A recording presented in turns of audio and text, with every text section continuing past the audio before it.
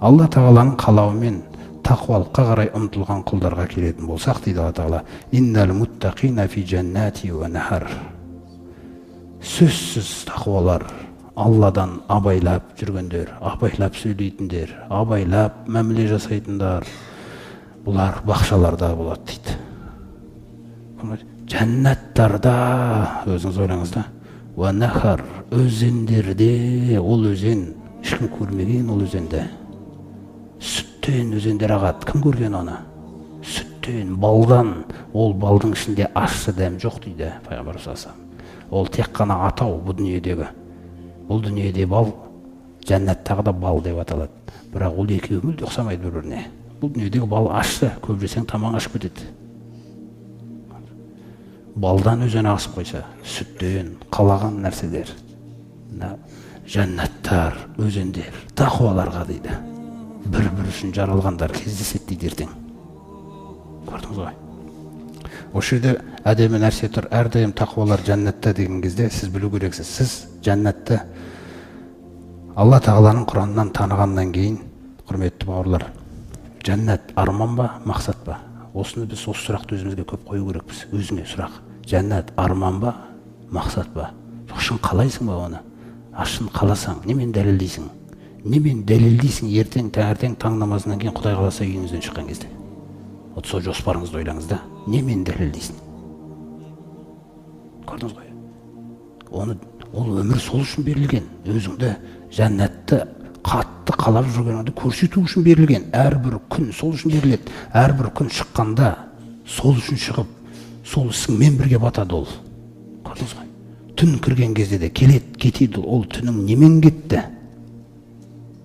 Ол күндізің немен өтті Алланың алдына қарай? Жәннат арман ба? Мақсат па? Шын қалайсың ба оны? Мысалы, егер қазір осы жерде тұрып намаз оқыдық та, сосын екі мұсылман немесе екі көрші ұрысып жатсақ бір-бірімізбен, ол жәннатты қалаймыз ба біз? Біз жәннатты қалап тұрған жоқпыз. Жәннат арман. Алла берер бізге. Сен әрбір ісіңде көріну керек ол. Сол үшін жағы ескертулерді көп айтып жатқан себебі сол. Әрбір ісіңде біреу бірдеңке келіп сұрап келсе де, біреу қарсы сұрай ма, ол Алла шешеді сізбен. Қалай сізді жоспарлар жасайды. Ертең сізден кімнен барып ертең Алла тағала қайсысы біреуден қарсы сұратады. Ол Алланың жоспары. И сол адам қарсымен сыналады сол сағатта. Біреудің машинасының артына тарс ете қалады. Ол сол уақытта сонымен сыналады. Біреу әйелімен сыналады, жаңағы мысалы. Тамақ уақытысында істемей қалған. Біреу баласымен сыналады. Әркімге сол нәрсе бар да. Міне сол істерде, сол жағдайларда сіздің іздеп жүрген нәрсеңіз жәннат екенін көрсету керекпіз біз. Арманнан мақсатқа қарай шығу керекпіз. Өйткені анау нәрсе арманды айтып тұрған жоқ. Сөзсіз тақуалар фи жәннаттың ішінде дейді ол. Бітті. Ол екеуі бір-бір үшін да. Соқтан осы екі нәрсені сіздің әрбір ісіңіз бүгінгі күні, ертең ақыретте сіз жәннатқа қарай кіріп кету үшін бүгінгі күнгі сөзің жәннатпен байланыстыру керек. Ісің жәннатпен байланыстыру керек. Жәннат өзгермейді. Дүниеде де ақыретте де фи жәннат деген нәрсе тұрады. Сол әрбір сөзіңізді жәннатқа, әрбір ісіңіз, әрбір табысыңыздан кейін жәннат. Осылай Алла тағаланың алдына келген кезде жәннатта екеуі. Өйткені осы дүниеде көрсеткен оны. Міне осы іс, құрметті бауырлар, арманнан мақсатқа шықсақ, бұл шындық деп аталады екен. Түсіндіңіздер ме? Бұл шын ниет деп аталады екен да. Міне шын ниет болғандықтан, осы жерде осындай маңыздылық жатқаннан соңғы аятында былай деп айтады: фи мақади сидқин, олар шыншыл мәртебеде дейді. Неге шыншылдықты қосты Алла тағала? Өйткені өмірінде ол шын қалаған жәннатты. Мен оның көзінен көргем деп айтады Алла тағала сізге. Сінен көрінген оның. Үндемей қалған кезінде риза болған мен оның бір жағдайда. Міне, сәждесін жасаған, көзіңізден жас шыққан кезіңіз, жүрегіңіздің лүпілдеп кеткен кездері бәрін біледі Алла тағала Раббыңыз. Сол неге шын жәннатты қалаған? Жәннатты шын қалағандықтан олардың орны да шын болады дейді ертең қараңыздар. Шындық мәртебеде болады бұлар. Сосын айында хұзырында дейді, мәликин мұқтадир. Мәлик деген нәрсе патша деген мағынаны білдіреді, яғни иесі. Бірақ кәдімгі жаңа бір құр патша деген мағынада жердің бетінде қарасаңыз, ол енді белгілі бір нәрсеге дейін иелене алады, қолы жетеді да, бірақ ол қолы жете алмайтын нәрсе бар ғой, дұрыс па? А мәлик деген сөз, ол Алла тағаланың құдіреті бүкіл нәрсеге жетеді да.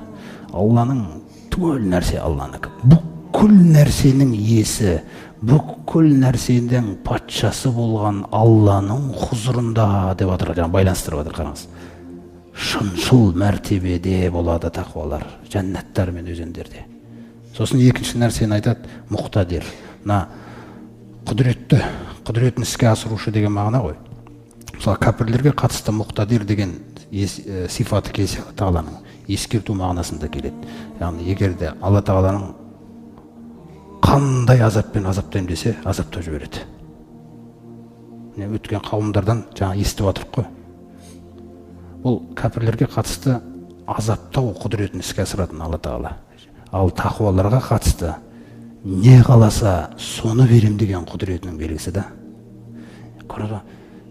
Қалаған нәрсесін қалаған құлына бере салатын. Өзіңіз ойлаңыз, жәннатты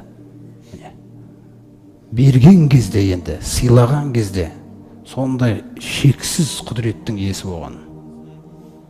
Шексіз құдіреттің иесі болған. Бүкіл нәрсенің иесі болған Алланың құзырында бұлар шынайы мәртебеде отырады дейді. Міне бұл тақуаларға, жәннаттықтарға жаңағы арналып жатқан сөз.